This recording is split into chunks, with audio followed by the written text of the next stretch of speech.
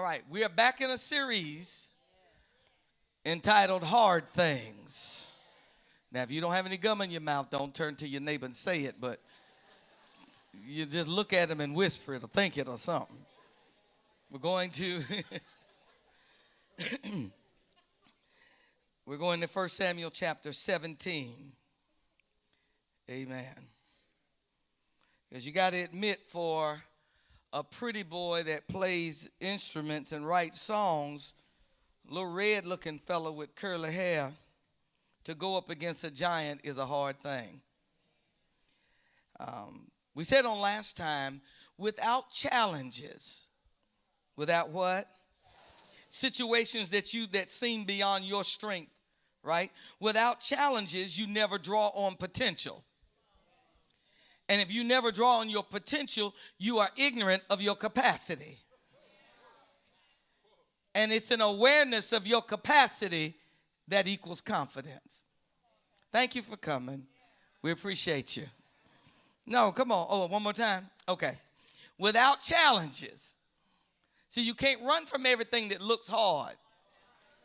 You can't run from everything that's going to take a little money. I might sweat. Oh, no. Okay, you can't run from everything like that. Without challenges, you never draw on your potential. Okay? And if you never draw on potential, and you know potential is unused energy. It's what you are able to do. It's just stuff in there for you to use. But if you never draw on that potential, you will be ignorant of your capacity. Okay, you pull up to a drive-through, right? At some point, unless you just got money sitting in your fingers, you reach in your pocket to draw on some of your potential. When you pull your wad out, you realize there wasn't just ones and fives. You had a 50 stuck up in there. Your capacity. So then by the time they tell you again how much it is, you confidently smirk and pay the bill. Because the challenge made you draw on potential, which exposed your capacity, which gave you confidence. Thank you again for coming. Right? Okay. This is important because the worst thing you can do to yourself and the worst thing you can do to your generation is run from hard things. The ones that you ought to walk into. Got it? Now, I told the story about being in Europe on that river cruise. And, when you sign up for those river cruises, and I didn't tell it all the way out, and Pastor Trev mentioned, but I want to make sure you hear it. So you sign up for the river cruises or whatever, everything's included. So you just go through and pick what little outings you want to take, right? So I said, bike ride. Bike rides sound fun. So you know how each night on the cruise, how many have never been on a cruise? Not you. Jessica and I got on dress clothes, and then you going to hurt me like this? You do? Okay. I'm not, God ain't pleased. Praying people ought to. How many have not been on a cruise? Y'all not the people out there talking about I can't drink all that water, are you?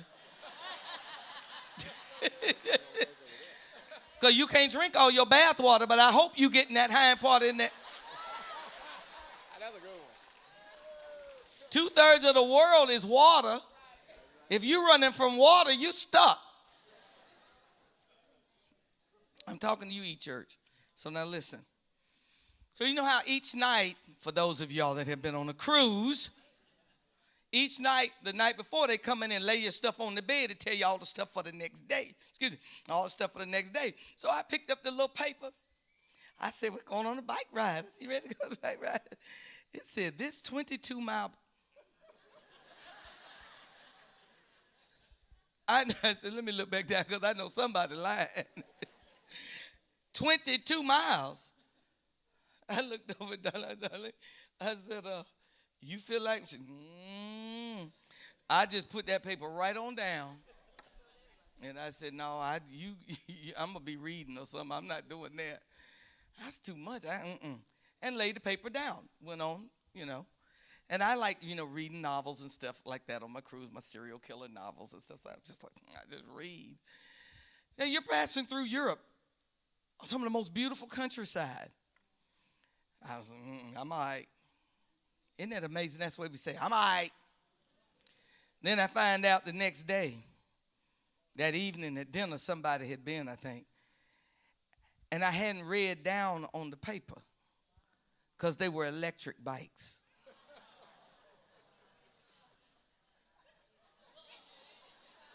So, boo-boo, how will you be making that payment? Oh, you going to fix something? I'm trying these. Thank you. Oh. He said, Doris said, I knew I should have fixed that. All right. But do you see how I felt? Like, what is that? Boo-boo, how will you be making your payment today? I mean, I just felt ridiculous because I got intimidated and because it seemed hard. I done paid all that money and gone all that way and could have frolicked in the countryside, buzzing down the road.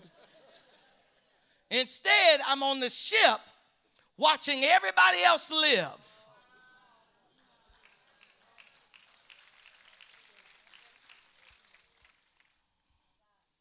You don't run from hard things.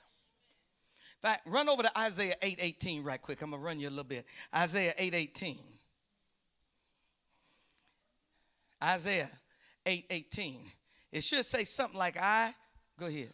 Behold, Yeah. I and the children whom the Lord hath given me are for signs and for wonders in Israel. Wait a minute, we're for what? Signs and for wonders. We're for signs. Okay, y'all sleep or you still trying to find Isaiah? All right, how many got old school Bibles? Hold them up. That's the one with paper. Okay, you got to even describe it. New school Bibles, phones, iPads.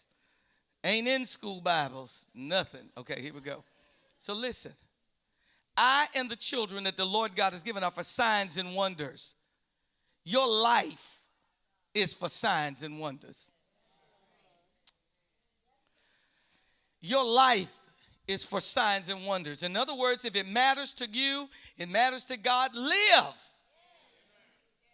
Come on, y'all. Listen, if you're a member of this church or, a partner of this church, my mission, my personal mission, is to help people live better and die better through a knowledge of Christ, his word, and his love. That's all that drives me. And you need to live. You need to live. You need to experience something. Because we're for signs and wonders, man. Remember, God's reputation is on the line to some degree as it pertains to our joy. So for us to keep watching everybody else live makes it look like God ain't doing right by us. And most of the time, it's just that we back away from hard things. You were made for incredible things. You were made for, I don't want to do all that travel. Well, fine. Build up your own house. We got a neighbor right now. That house, honey, they are not playing.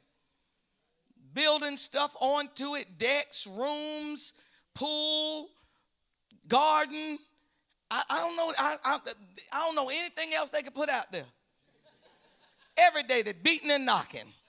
I love it. They say, I don't have to travel. I can build everything I want right here. And if that's you, then do you. But live. Go to Jeremiah chapter 1. Jeremiah chapter 1. Excuse me. You have to understand, like, I don't. Now, how come y'all ain't been on a cruise? I can't. Y'all are really messing up my anointed flow here. You own it. Okay. Next year. Well, what has been the reason y'all ain't been on one? Scared of the water. Well, don't get off the boat. Don't jump. You understand what I'm saying? Man, we on a cruise ship that got a tree on the, there was what is Central Park on the boat. Now, if you scared because you thinking the boat is like the size of this building, you confused. This thing is 3 football fields long. It's a city. Winterville and Kinston is on the boat.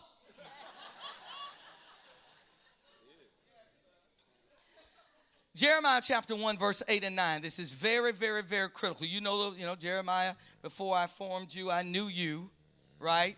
And so God knows us. God knew us before we were us because he knew what he was thinking about. Okay?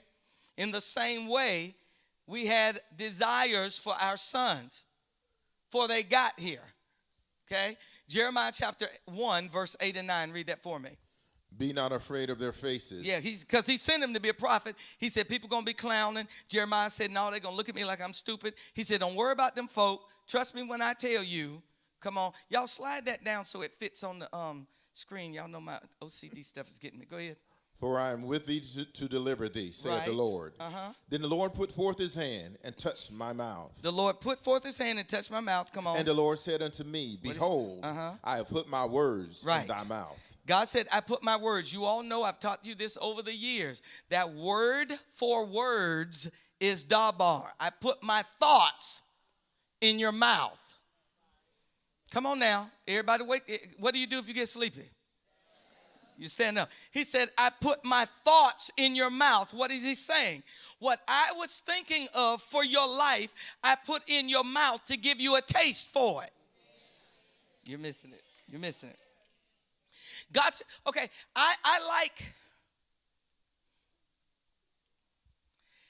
God put a taste from the time I was little bitty of exposing people to stuff. I was stealing from my parents and buying stuff for the other kids because I thought they didn't have it and I wanted them to experience it. Always. Grew up always doing something. Stayed in trouble. Was always 1 second away from a spanking. A deserved one. But that's always been my thing. God put that taste in my mouth. There's something like, now, no shade on it. Some people, they don't get as excited about it when others experience it like they do when they experience it. I'm not throwing no shade on them. I get more excited when I see somebody else experience it. I don't even think that's holier. I just think that's the taste in my mouth. Okay, y'all don't drag my sermon out. Don't do it. Listen to me, okay? I don't think everybody should give everything they have away. Oh, God. Ooh, and I tell you, I got a series coming. Okay. I don't think, didn't I tell y'all this, John? I said, most of what I have, I give away. So that's why people like the guy works with retirement, he mad at me. He just had to stop thinking about it because other than that, he would be gone. Because it's what I have a taste for. But I told my boys, being spiritual doesn't mean you have to give everything of yours away. That's the taste in my mouth.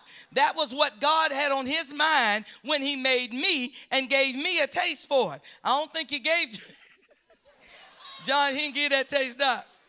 Not at all, he said. John said, I love it when I experience it. Now watch this.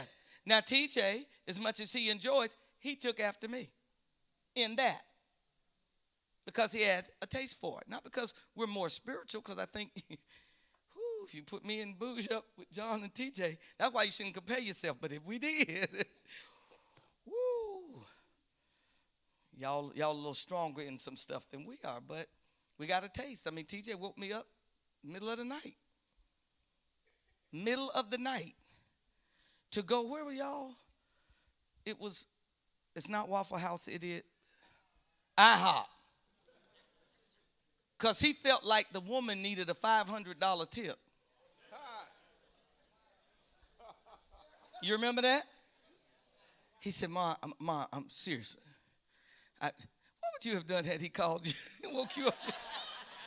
First of all, he said, I wouldn't have picked the phone up. So I said, he said, Ma, I'm serious, really. You would agree with me on this. So I had to get up and bring him some money. we have a taste for it. Don't call me. Okay. But God puts a taste down in your mouth for things. Okay? And you need to understand that, and you need to embrace it. And you do not let the fact that it may look challenging keep you from it. You were made to conquer hard things. Y'all ain't said that. And you have to understand that what the enemy will do is try to throw every kind of shade and lie towards you to get you to back away from it because it's going to be too hard or it's going to take too long. And I like in this book, the guy said, almost anybody can do almost anything if they work hard enough, long enough, and smart enough. And you got to take that into your, okay, see, y'all want to be spiritual. Okay, here it is. Here it is for you. The Bible says, because y'all think, well, that doesn't sound like preaching. The Bible said, I can do all things, not some things, but I can do. Okay, so you have it through Christ. Through Christ, I can do it all. Through Christ, I can conquer hard things. Through Christ, I can leap over mountains. I can run through troops. Through Christ, eye has not seen. Okay, so you with me now? That's what I'm trying to say. But the enemy will try to shadow what you have a taste for and make it seem like it's too far-fetched. Yeah. Ain't nobody in your family ever had. But the devil is a liar. Get me 2 Corinthians chapter 2, verse 11. Y'all hurry up so I can get to the lesson. 2 Corinthians, this is intro. 2 Corinthians chapter 2, verse 11. Underline it if it's not underlined. Lest Satan should get an advantage of us. Uh-huh. For we are not ignorant of his devices. If you are ignorant, he has an advantage. And you have to know that he will throw thoughts at you to make you think that this is going to be too much.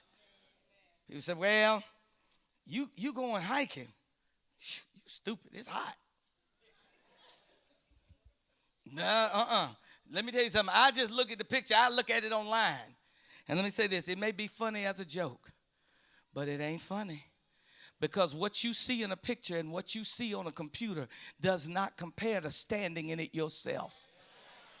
Oh, y'all ain't having church with me.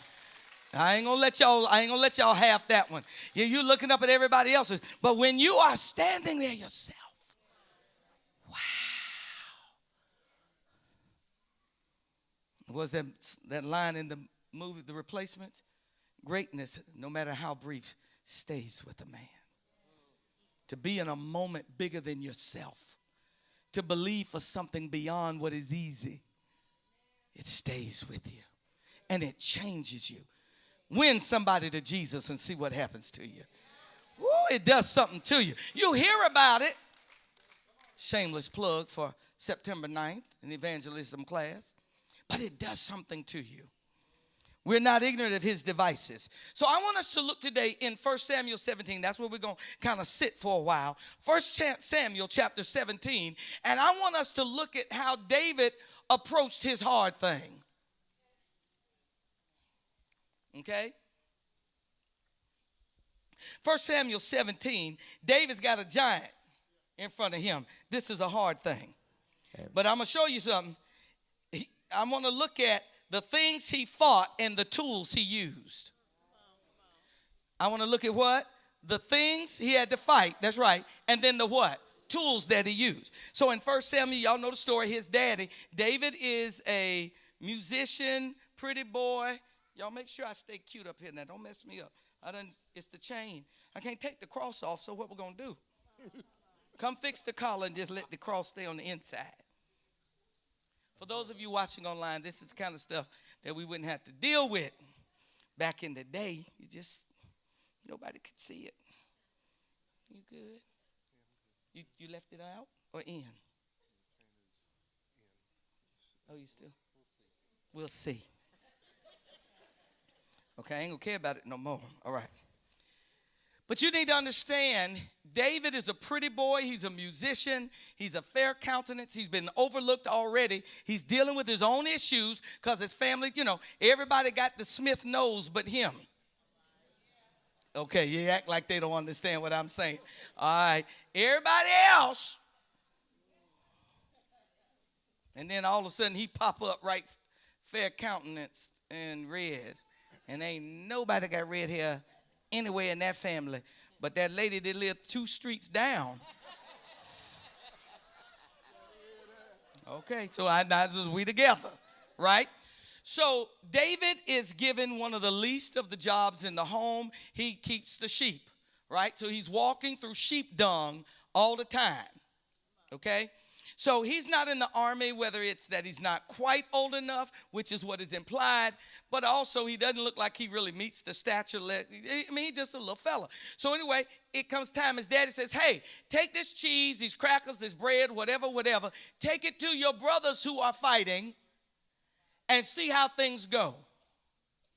And when he gets up there, he sees that the armies of Israel are on one part of this mountain. There's this valley, and then there's another mountain, and that's where their enemies are. And this one guy, about 9 feet tall, comes out and hollers, give me a man to fight. And if that person can beat me, we'll be your slaves. If not, you're going to be ours. And I want you to see this. Pick it up in verse 22, Doc. And David left his carriage in the hand of the keeper of the carriage. Right. And ran into the army. Yep. And came and saluted his brethren. It ain't like he didn't speak to them. Come on. And as he talked with them, behold, there came up the champion, Yep. the Philistine of Gath, Goliath by name, out of the armies of the Philistines, and spake according to the same words. And David heard them. Yep. And all the men of Israel, when they saw the man, fled from him and were sore afraid. Now, bear this in mind. Most people run from hard things, except for the ones they create for themselves. That's another lesson. Most people run. Climbing Mount Everest, that's a hard thing. That's why everybody ain't done it.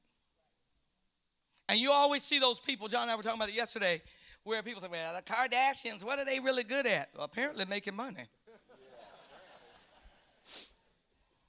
You can sit back all day long and talk about why you don't think they ought to have it. You say, well, they're pretty, they do this or something. Everybody pretty don't have money like that. Them girls working like hound dogs to get what they got. Now, you can say what you want to say, but it takes a lot to try to be there and grin and do this and start this line. They're working. If it was easy, everybody would have it.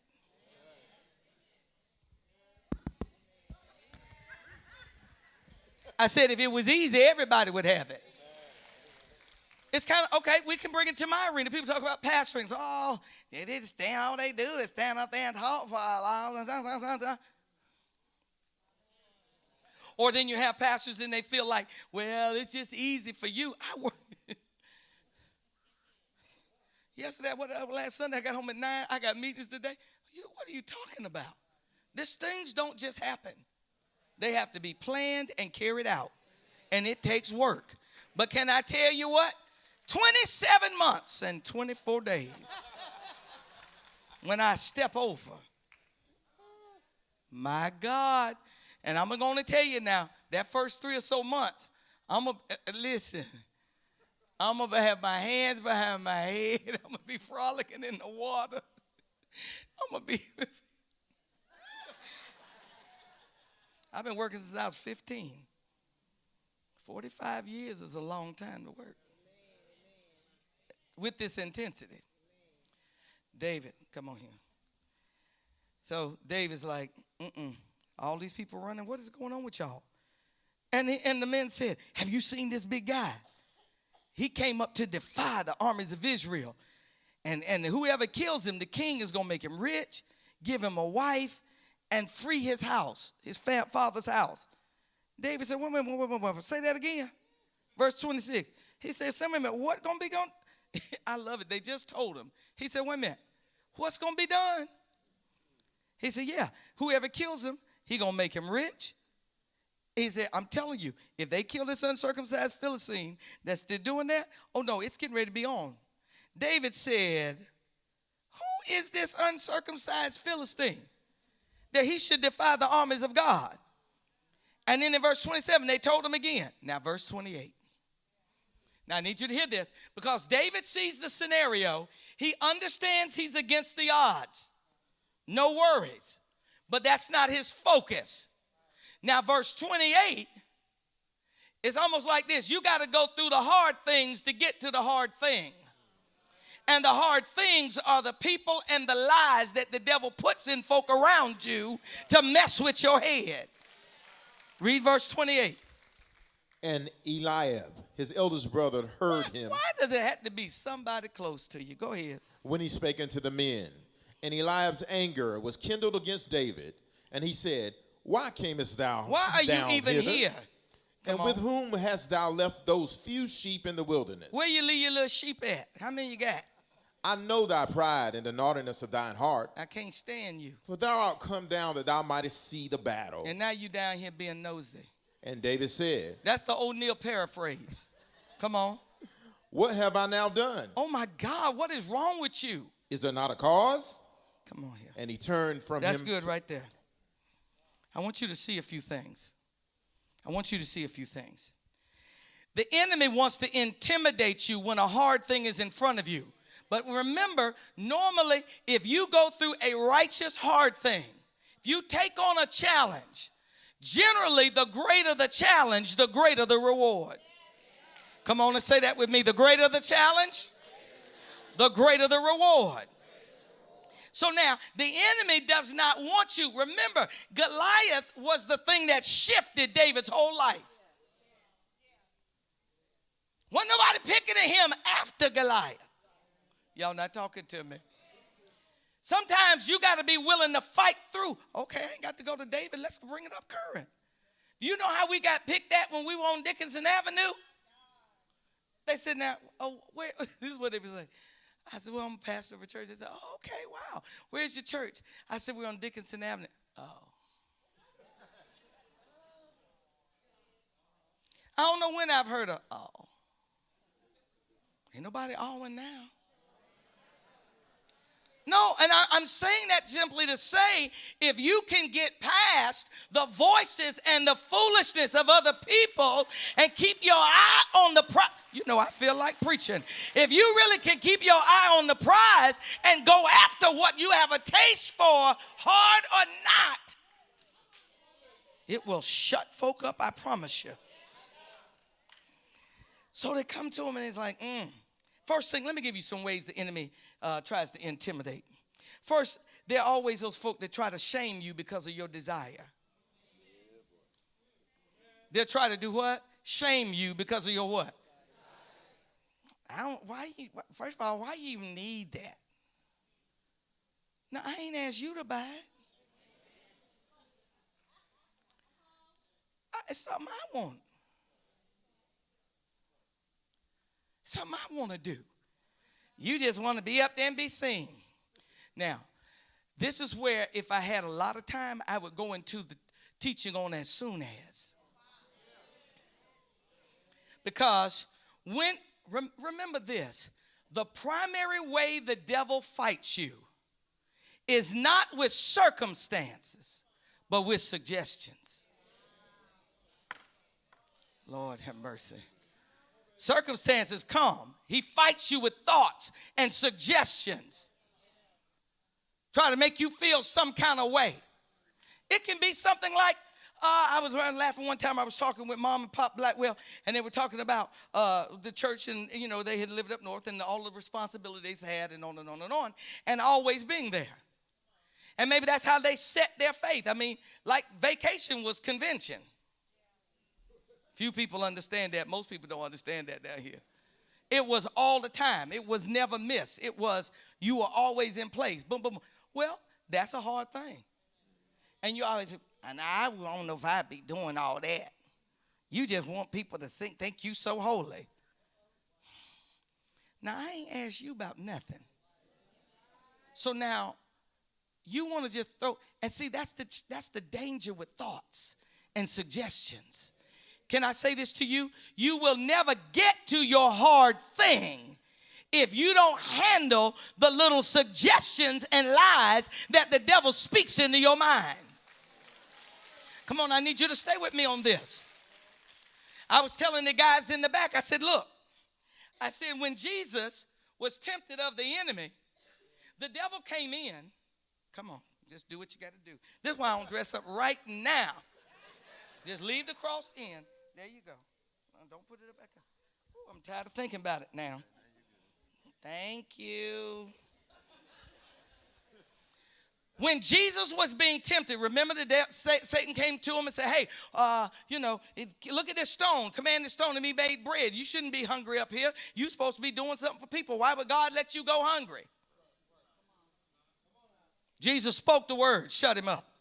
Then Satan came to him with another thing and said, well, look here. Why don't you cast yourself down and let everybody see? They'll think, hey, man, he's great. You don't have to take the time walking from town to town, preaching, healing one or two people. You can just do one big thing, and folk will start admiring you.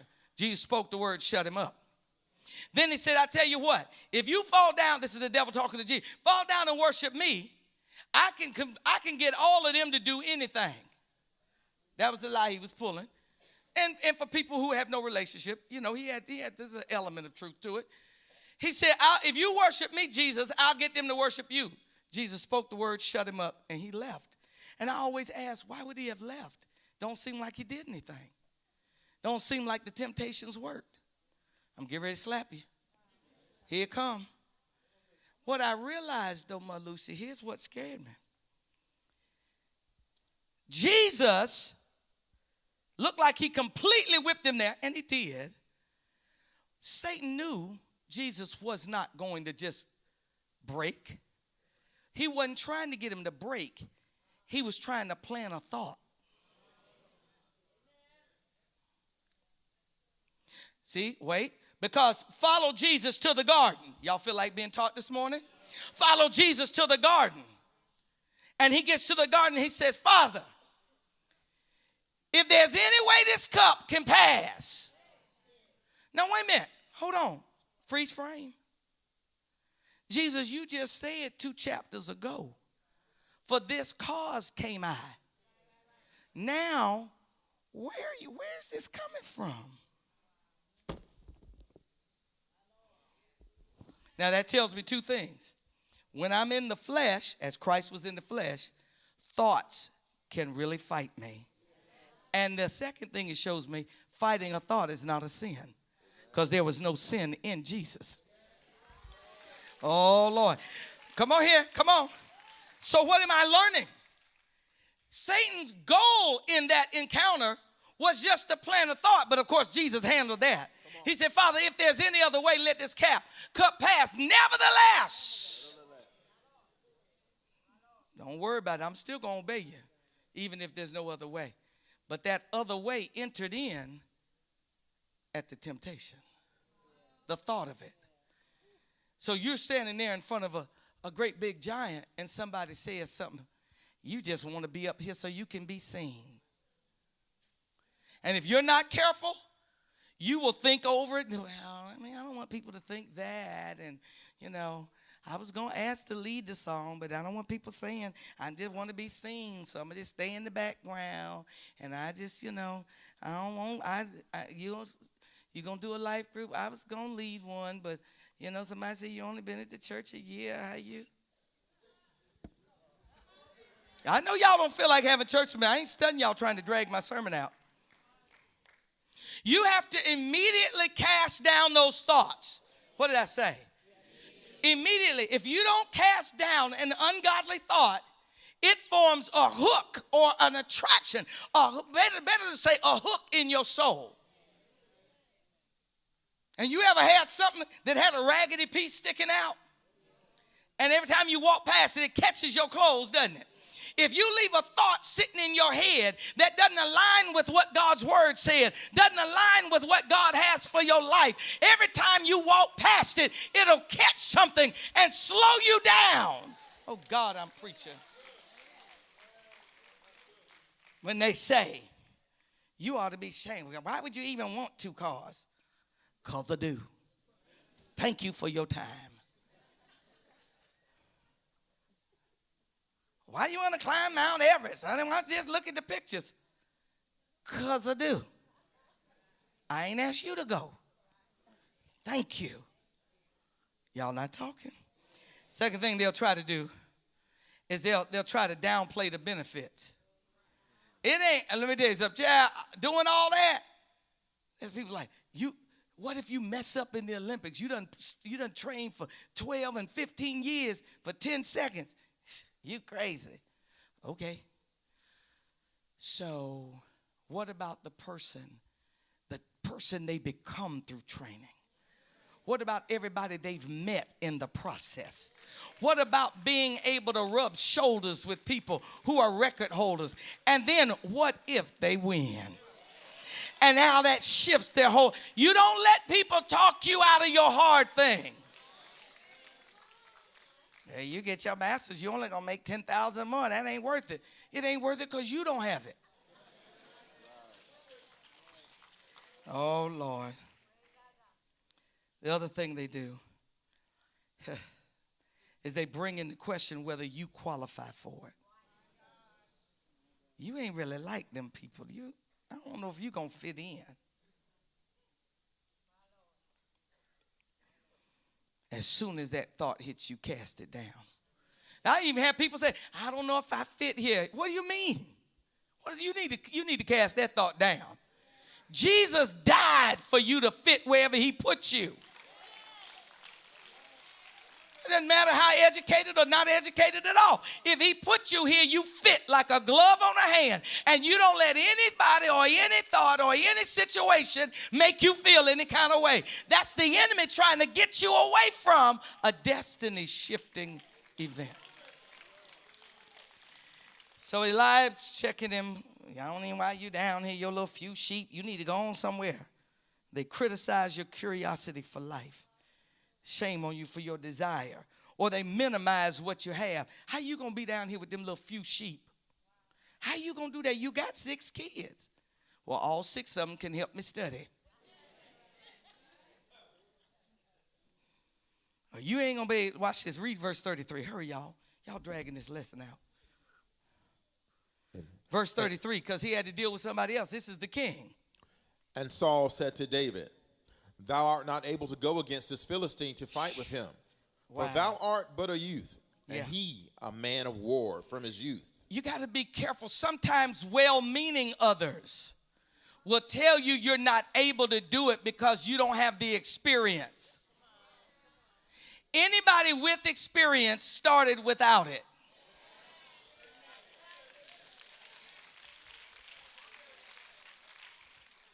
And you got to be able to cast those thoughts down as soon as they hit. It ain't going to be worth it. Yes, it is. It's going to take too long. Time going to pass anyway. I might as well be moving towards something I want. I refuse to sing coulda, shoulda, woulda. Disappointment is easier to get over than regret. I'm on my way. I'm conquering this hard thing because greater is he that's in me than he that's in the world. Whatsoever is born of God overcomes the world. This is the victory that overcomes the world. Even our faith, as long as I got faith, oh God, everything is possible to the one that believes. I will speak to myself until I can face my hard thing. You ain't going to talk me out of it. Plus, you just doggone feel better about yourself when you conquer something. What tools did he use? Come on, this clot's getting on my nerve. Come on. Where did he get the oomph to do it? Okay, first of all, I already talked about this. Just write it down. He dealt with foolish words. You got to use this soon as. Go back and watch it. It's on the app. You got to cast down that thought immediately. You got to deal with it. But number 2, this I want. If negative thoughts, get a hold of this, Chris. You'll like this. If negative thoughts form a hook for the devil, then to conceive the reward forms a hook for God. Oh, Lord, have mercy. In other words, I noticed it. They said, there's this enemy. He keeps doing this. But if whoever kills him, the king is going to make him rich, give him a pretty wife, and free his whole family. David said, now what's getting ready to happen again? I mean, if you read it, he goes right from one verse right to the next one, asks the same question. Then down another one. He said, say it again now. Then he gets one more time. He said, now y'all said you're going to do what? See, you and I have to learn from the pattern of Scripture.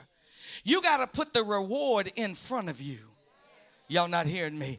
You got to put the reward in front of you until you conceive it, until it forms a hook. You got to say, now what they going to do? And you got to start imagining, what will it look like to not have any bills at all? I ain't got nobody to talk to. I don't know where y'all are today.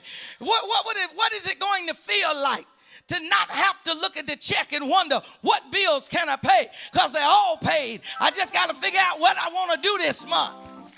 And you got to imagine it, and you got to think about it, and you got to remind yourself. She know I'm talking right. David said, say it again. Who? Yes, sir. See, because when you start getting weary, it's that picture that you have on the inside. Woo! Mess around and see your kids saved. See them with their hands lifted. It'll give you what you need to keep on praying.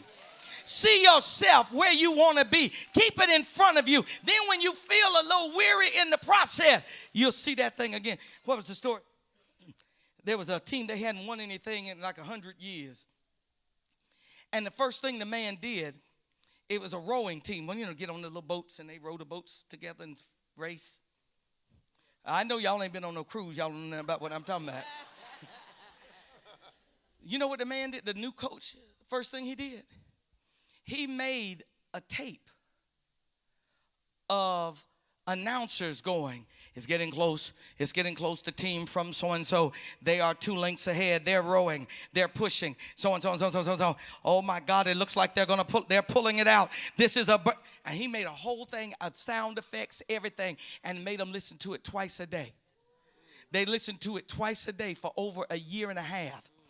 So by the time they got ready to go into that race, that next race, they had already won in their minds over 1,000 times. Y'all not having church with me. Oh, you better see yourself crossing the finish line. You better see yourself with what it is you're believing for. You got to see yourself with it. You got to condition your mind. You got to go there before you get there.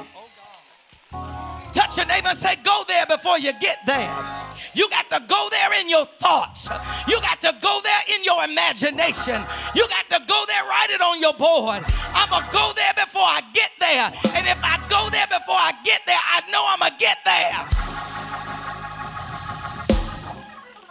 That's what Jesus did. Who for the joy that was set before him endured the cross. Let me stop. Sit down. Doggone it. You got to conceive it, give it a hook inside you. Firmly fix what the rewards will be if y'all can stop all that fussing. Don't drop off. You dropped off. Fix it in your mind what it'll look like. You may be too nervous right now, but imagine what it looks like to pray with your family. And y'all sitting there together laughing and talking. Whew. Number 3, when Saul said, third thing that he did to give him that oomph. First, he dealt with the foolish words. Number 2, he conceived the desire for the reward. Got him a hook in there. Third thing he did, he used his past hard things to build his faith for his new one. Y'all not going to have church on this, are you? I need you to. Watch what he said, verse 33, what he say? You can't do this. You're a kid. That man been fighting since he was a young boy. David said unto Saul, your servant kept his father's sheep. Look at him testifying. Y'all didn't see it, but he said, give an honor to God, who is the head of my life, to the pastor, to the assistant pastor, all the other elders, deacons, saints, and friends. Dear king, your servant kept his father's sheep. And there came a lion, and there came a bear, and took the lamb out of the flock. He told him, he said, this is not my first rodeo. I've been through hard times before. I've had to find money to pay bills before. You can't scare me with a Goliath. I've had to deal with family that wouldn't speak to me. I wish I had me a few church folk to say this ain't my first rodeo. I've had some hard things to show up in my life, and I didn't get here on a flowery bed of ease, but I've had to cry myself to sleep. I know what it is to have to deal with lies, and so because of what I've already been through, devil, you don't scare me. Goliath, the bigger they are, the harder they gonna fall. I've beaten all kind of stuff. That's why I don't get scared when folk talk about me. I've been bald through cancer. I've had to deal with shingles. I had to deal with a delayed pregnancy. I had to believe God when the babies wouldn't move.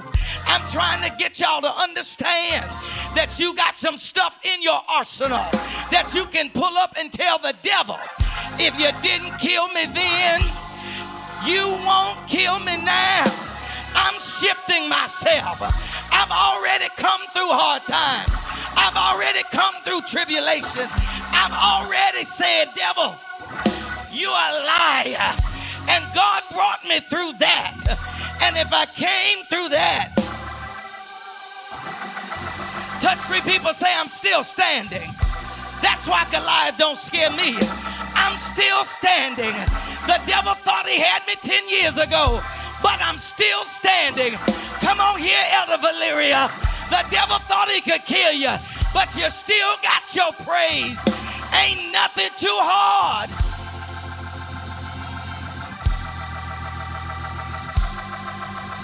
David said, I killed a lion and a bear. This ain't my first battle. Don't let the curly hair fool you. That's what Dolly Parton said. Dolly Parton. All that chest, little bitty waist, that little voice. She said, I may look like a girl, but I do business like a man. And you ain't fooling nobody. Girl is rich right now. She writes a song a day.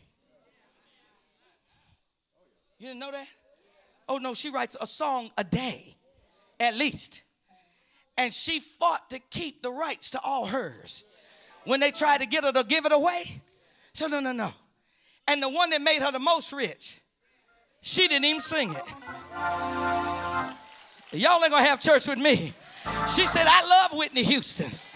She said, I love her. I don't know what all happened to her with the drugs. I love that girl. She said she made me a very rich woman because every time Whitney said, and I will always love you, Dolly said, here you go. Dolly's on her way to the bank. Every time they played a song, every time somebody references it. See, you got to understand, you got so many victories already up under your belt. Some of y'all been through so much in the last 6 months. It's a wonder you even standing here.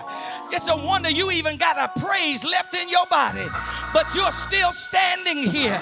And that ought to let you know ain't nothing in front of you worth you being afraid over. I don't care what the doctor gonna say. I've already come through hard times and tribulation. And God was with me every day of my life. And whatever this is, I'm coming out. Whatever it is, I'm going to overcome it. I don't care how hard it is. I always win. Let's go home. Let's go home. First thing is he dealt with the foolishness. Second thing is he conceived that victory. You got to see that reward. Make that reward so good to you till you can't stand to be without it. Then he used his own testimony. There are times people don't want you to tell your testimony. I've had people say, please stop talking about this. No, I'm serious. They don't mean no harm by it. But you didn't go through what I went through. You ain't finna shut up my testimony. Because you weren't there when I was sneaking into sex houses and with mine going to buy pornography. You wasn't there. When I felt like nothing and felt nasty, you weren't there. Look at y'all scared, staring at me like you're scared to say something. I ain't ashamed. That's my testimony. And I came through it. And I'm free from it.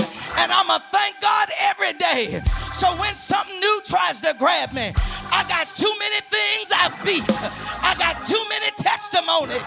I got too many rocks in my arsenal. Final thing. This is too much. Final thing. He did it his way. See, you can't do hard things being fake. It won't work. I said it won't work. You can't, David said, look here. Saul said, you can't do this. He said, oh, yeah, I can. He said, because the lion and the bear tried to come up. I beat the daylights out of them. I got my sheep back. He said, so trust me when I tell you I don't go down easy.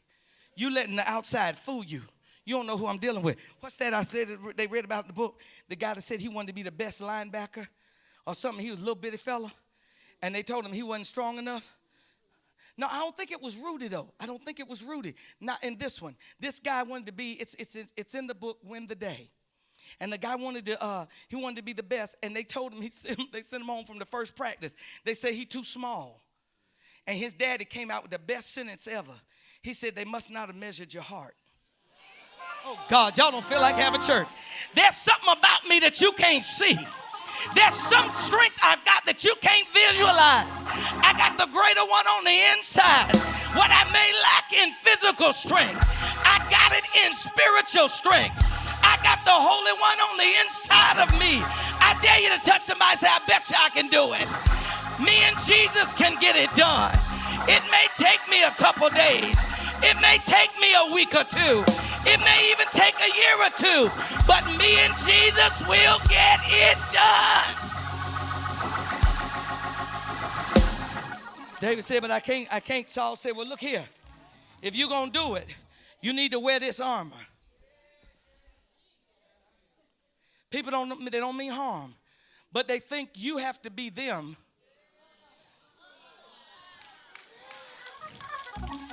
They think you got to do like they do.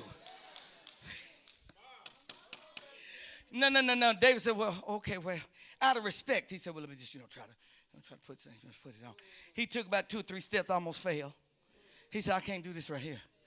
He said, I can't bring the giant down if I got to fight him like you.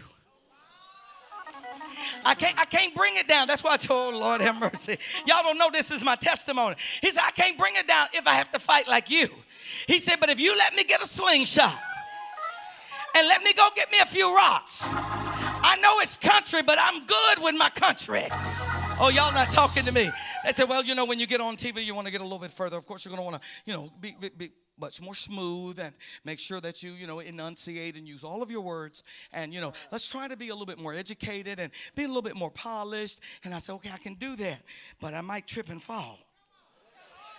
But if you let me put on my jeans and you let me put my T-shirt on and them same old black Asics I wear every single week, and you let me get my slingshot, and then you let me tell at least one word, if you let me say instead of wait a minute to wait a minute, if you can let me do that, I can start getting in a rhythm. I dare you to get in your own rhythm. I dare you to get people out of your stuff and say, this is the way I fight.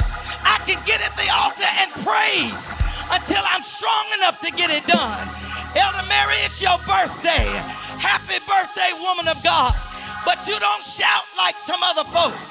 Elder Mary don't shout like other people.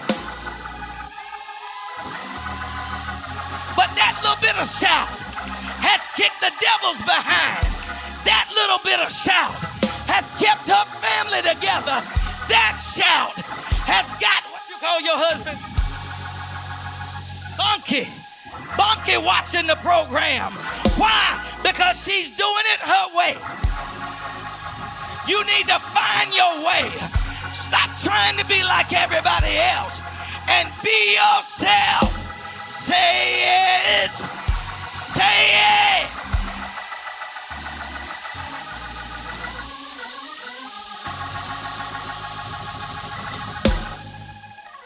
When Jesus came, they were going to try to put him in a box. He said, I'm getting ready to secure their salvation. Not through a decree, but through a death. Not through acting above them, but by becoming one of them. He said, this is how I'm going to do it. They tried to make him king. I don't want to force kingship. I want to earn it by being the atoning sacrifice and freeing them. And their gratitude will crown me Lord of all. You got to figure your way. Don't run from hard things. Just use the tools. Let's pray.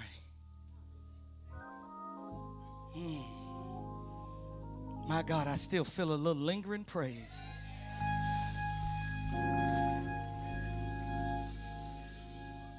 Whatever your dream is, and whatever your desire is, God gives us a taste for stuff. It's just in you. And you got to be okay with that. And when it looks like it's going to take more than you intended, just square your shoulders and say, I'm in good company. I got this. Because almost anybody can do almost anything if they're willing to work long enough and hard enough and smart enough. And I want what I want, and I'm going after it for the glory of God. Who knows, God may want to give you that dream so you can house somebody. God may want to make you that degree wealthy so you can clothe the naked. God may want you to have trips wherever so that you can spread the gospel everywhere you go.